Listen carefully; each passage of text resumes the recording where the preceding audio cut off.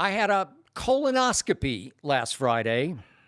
That was my 4th colonoscopy. If you haven't had one, I sure hope you eventually do, because I do believe in this ultimate screening for colon cancer. Yet I will admit to you, prepping for this one was much rougher than the first 3. Maybe I just erased the suffering from my memory, knowing that you need a colonoscopy every, 7 or so years. But man, I didn't remember not being able to eat any solid food the entire day before the colonoscopy. I could have only Jell-O. Jell-O, the most worthless and unsatisfying food on this planet. Just plain red or green Jell-O. I mean, I don't hate Jell-O. I didn't mind the occasional taste of Jell-O when I was a kid, but to eat 3 entire meals through a day of Jell-O? Please God, no more Jell-O. So the object, of course, is to completely clean out your system, to absolutely empty out your bowels, so the doctor can go in from behind with his scope and go up inside and see exactly what's going on in your colon without any literal shitty camouflage. I've never used that word that way. I don't often use that word anyway, but I'm talking about literal shitty camouflage for the doctor.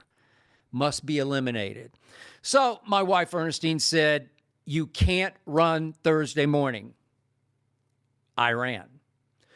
Ernestine said, you cannot play golf Thursday. I played 18 holes of golf after I ran. And in between my run and my golf, I ate Jell-O. I ate 5 of those little tubs of Jell-O before I left for the golf course. Ernestine said, eat another one. I said, I can't. I might throw up.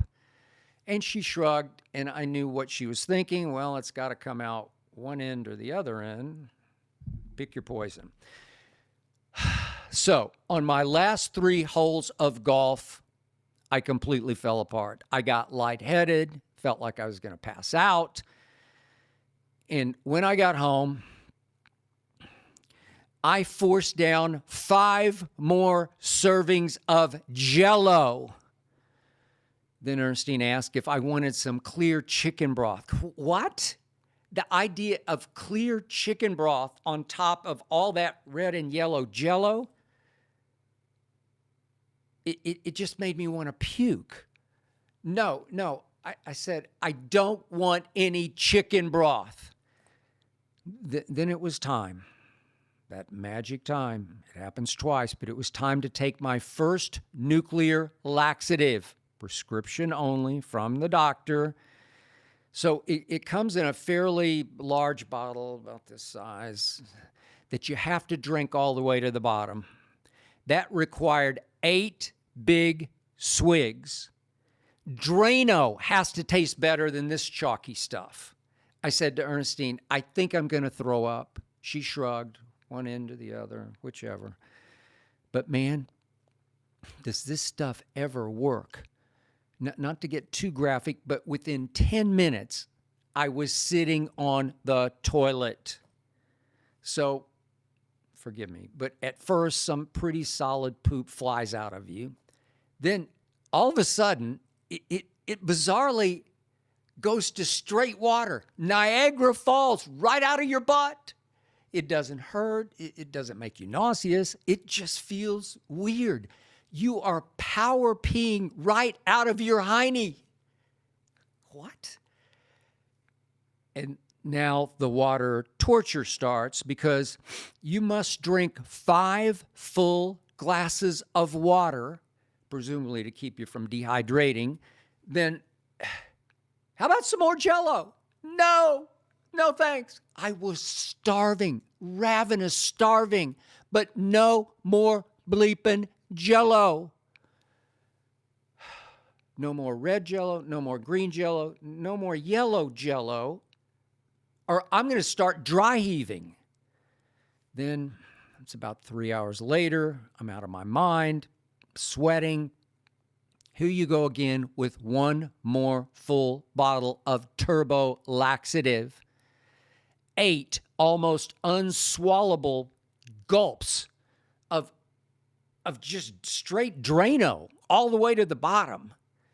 And this time, within 5 minutes, Niagara Falls comes right out of your butt. Straight water, 100 miles an hour, power splashing right into your toilet bowl. And now, say the instructions, 5 more glasses of water. I made it through 3, and I told Ernestine, I just can't drink anymore. I feel like I'm getting drunk on water. And Ernestine said, well, this is the last liquid you can put in your body. I said, what? You mean the last I can drink before I wake up? She said, no, this is the last you can drink before the colonoscopy. I said, forget the colonoscopy. I'll just need an autopsy. She said, it was just like this last time. I said, no, it wasn't. This is way more strict and severe. She said, you're just like having a child. And I said, time out. And I ran for the bathroom. No exaggeration. That night, Thursday going into Friday, I twice woke up and had to go Niagara Falls. So the only smart thing I did was I scheduled my colonoscopy for 6 a.m. so I didn't have to wake up and suffer any longer. I had to be there by 5:15. So I just rolled out of bed and I staggered for the car. If it had been Halloween, I could have gone as a skeleton. At the surgery center, you take off everything but your socks and you put on a gown, open, of course, to the back. You also have to put on this weird plastic covering over your hair. So as they wheel you out of your little bay toward the procedure, you look like you're being taken to the psycho ward. The operating room is a little intimidating with all these medical contraptions looming all over you and around you. But everybody's trying to reassure you it's going to be okay. The doctor, the nurse, the assistant, and the anesthesiologist, who I think said to me, time for a little nap. And I was gone. I was out.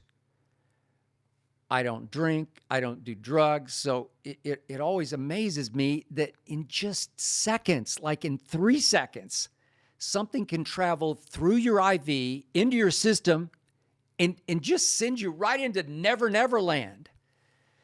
For my first colonoscopy, I just had what they call twilight anesthesia. So I could hear them talking. I could feel them moving me around. But for the last 3, I was completely out for, I don't know, what's it take, half an hour?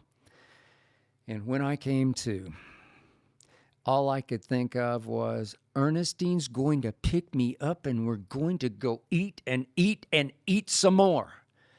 I always care what I eat, but for once, I did not care how much. So the doctor came by and said everything looked fine in my colon. And I'm thinking, yeah, if there had been anything precancerous in my colon, I Niagara Falls'd it right down the toilet the night before. Now that it's over, I am very glad I had my colonoscopy, not only for the screening, but the cleaning. Every once in a while, you just need to clean yourself completely out. I mean, completely out. So in the end, they wheelchaired me to the parking lot, and Ernestine then took me to our favorite place in Beverly Hills, Nosh, little deli, and we did celebrate. I did not order Jell-O.